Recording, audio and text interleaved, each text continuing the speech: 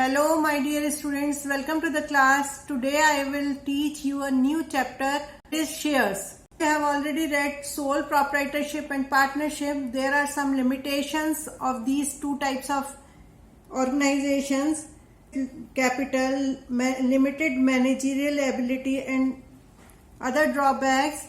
Form of business organization came into existence. A company is an artificial person created by law, having separate entity with perpetual succession and a common seal. It means that separate entity means a company is a legal person. This entity is quite distinct and separate from its members. It can purchase and sell the properties in its name, in its own name, and it can open bank account in its own name and enter into contracts. Okay. Then next is perpetual succession. What is of company is not affected by retirement, death or insolvency of its members. Shareholders may come or go. Company will go forever. No physical existence. It must act as an agent called directors, and all documents prepared by the directors must bear the seal of the company. The common seal acts as the official signature of the company. Okay. Then next come to shares. Share means a share in share capital of a company, and it includes stock also. Shares is one type of securities. It is mentioned in Companies Act 2013, and nature of the share is it is a movable property and it can be transferred from one shareholder to other shareholder. Okay, it is treated as goods also. Capital. Share capital means capital raised by the company by issue of shares.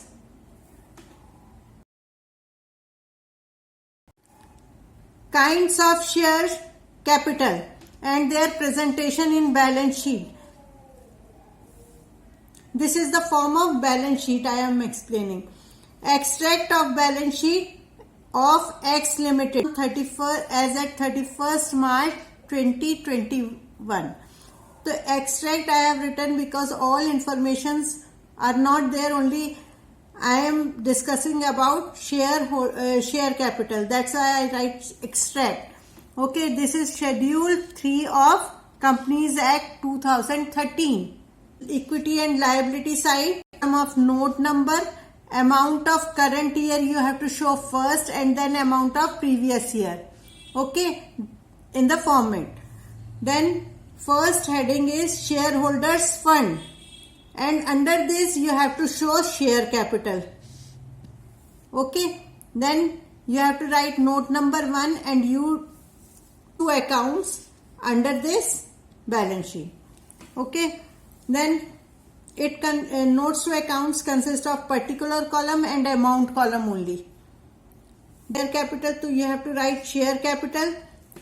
Number 1 is authorized capital. Authorized capital is the maximum capital of the company during its lifetime. If company wants to change it, it can be changed by passing a resolution in memorandum of association. Okay, it is also known as authorized capital is also known as nominal capital or registered capital of the company. And below this you have to write number of shares, equity shares at the rate of 10 each, or it may be of 100, it may be of 500. Next is issued capital. Issued capital, you have to write how much capital company demand from the public because needed by the company at a particular time. So you have to write number of equity shares at the rate of 10 or 20 whatever may be. And next is subscribed capital and fully paid up capital. Number of equity shares at the rate of 10 each, or I am taking face value is 10. Okay. So equity shares at the rate of 10 each. Subscribed and not fully paid. It means some of the shareholders has not paid up. If some of the shareholders did not pay full amount, then it should be written as calls in arrear and deduct from this. Okay, and then add SF means subscribed and fully paid, and subscribed not fully paid. Okay, this may be this is the sequence. Capital is the maximum capital, then issued and subscribed capital may be the same.